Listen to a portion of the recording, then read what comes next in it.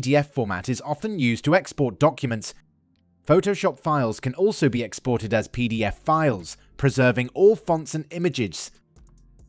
My name is Andre, and on my channel, I describe complex functions of programs in simple language. Put a like and see more videos that will help you in simplifying your work.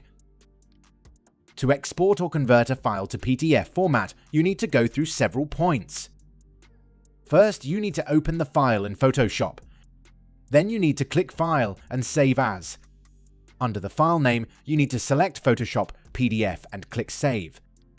Here we click OK, and in a new window click Save PDF and agree.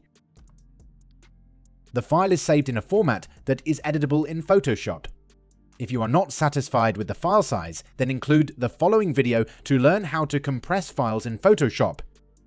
And you subscribe to my channel. Give me a like and learn more useful features about simple programs.